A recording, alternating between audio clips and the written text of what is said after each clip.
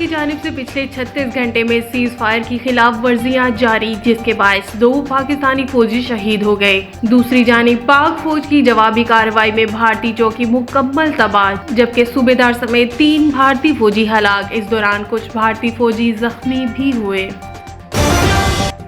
शहबाज शरीफ ने LOC पर भारतीय फौज की बिला इश्तियाल फायरिंग की शदीद मजम्मत करते हुए कहा, भारतीय फौज की LOC पर जंग बंदी मुआहदे की मुसलसल खिलाफ वर्जियां, शहरियत बिल पर उठने वाले तूफान से तवज्जो हटाने की कोशिश है।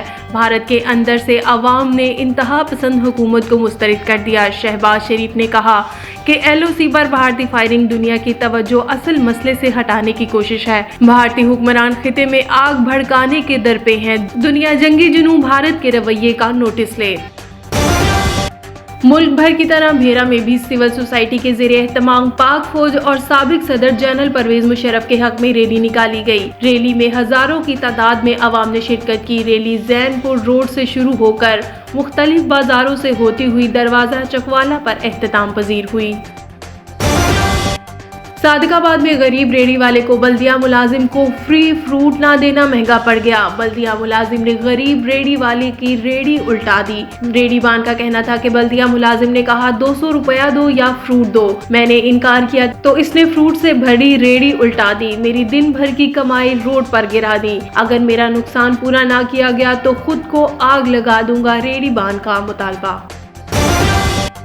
खानपुर थाना सदर की हदूद में मौजू कच्ची जमाल से 30 साला शख्स की लाश बरामद, जिसकी शनाख्त मोहम्मद अकरम के नाम से हुई। मोहम्मद अकरम 3 रोज से लापता था। पुलिस ने लाश कब्जे में लेकर तफ्तीश शुरू कर दी।